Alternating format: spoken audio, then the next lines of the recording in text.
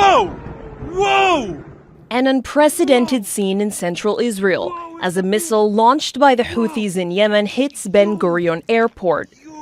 তেল আবিবে দখলদার ইসরায়েলের প্রধান আন্তর্জাতিক বিমানবন্দর বেন গুরিয়নে 4 মে 2025 রবিবার সকালে ইয়েমেনি প্রতিরোধ বাহিনী ও হুথির ব্যালিস্টিক ক্ষেপণাস্ত্র সরাসরি আঘাতে হেনেছে। এটি হুথির সবচেয়ে বড় সাফল্য। এতে অন্তত 2 জন ইসরায়েলি সেনা নিহত এবং বেশ কয়েকজন আহত হয়েছেন।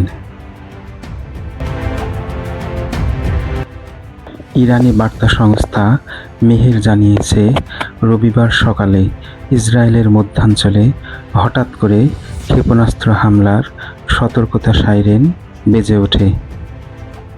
কিছুক্ষণের মধ্যে জানা যায়, ইয়েমেন থেকে ছোড়া ক্ষেপণাস্ত্রগুলোর মধ্যে একটি ইসরায়েলের বেন গুরিয়ন বিমানবন্দরে সফল আঘাত হেনেছে।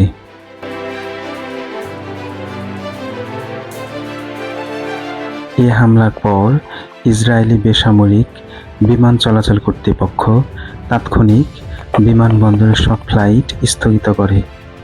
অভ্যন্তরীণ ও আন্তর্জাতিক ফ্লাইটগুলো বাতিল অথবা বিকল্প রুটে পাঠানো হয়েছে।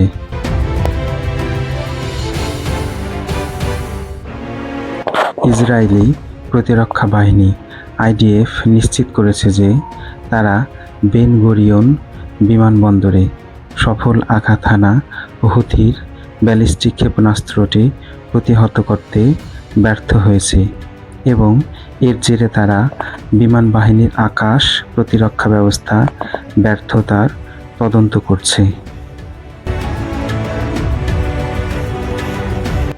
বেন গুরিয়ন বিমানবন্দর ইসরায়েলের বাণিজ্যিক, কূটনৈতিক ও সামরিক দৃষ্টিকোণ থেকে একটি গুরুত্বপূর্ণ স্থাপনা। এই বিমানবন্দরে একটি হামলা মানে ইসরায়েলের জাতীয় মর্যাদা ও নিরাপত্তার উপর সরাসরি আঘাত।